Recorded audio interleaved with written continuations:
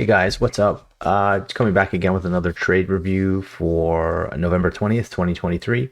It's been about a week and a half since I've done a last trade review. I've been crazy busy with a number of different things going on in the business between mentoring and website and other things totally non-trading related.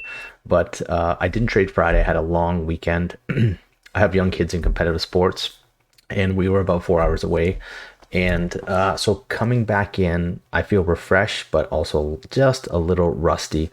I took the full weekend off, didn't really do any work. But so coming into the market today, I was looking at going half size just to kind of put a feeler on, maybe add into some positions. Went through my entire list, and one in particular I was looking at was Citigroup. And what I liked was it was coming in and around on the daily level. And I know swing traders watch these levels, the moving averages, the 200 and the 50s.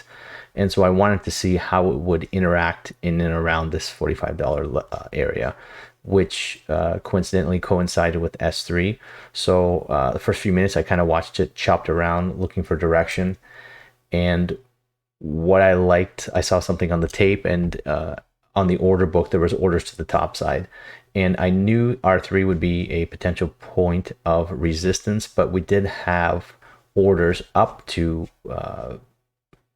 in and around that area at the time. And then they were pulled and put back on. But what I did was initial feeler entry that I added in here full size. And just partialed quickly on the way up. I didn't really like the way it was looking, especially with the orders being pulled off the ask. So this was my first trade, small trade, but making day one green. And the second one was ARM. I don't even know really what this is. This came up on my scanner, and this is another thing you have to be very careful with things on the scanner. I like to be, or stick to my main watch list, and you start to become familiar with how they move, how tight the spread is, and this fit the criteria. However, once I entered it, it started to get extremely spready, just too much for what I liked. And here was my initial entry. Normally what I've done, or what I've been doing over the last few weeks, is adding into my position once it gives me a little bit more confirmation on the direction that I chose. And I didn't add in here. The goal was to hold it to 57 or around 57 or VWAP because there was a large order on the book. But this thing, the spread at times was getting anywhere between 5, 10, and as much as 15 cents.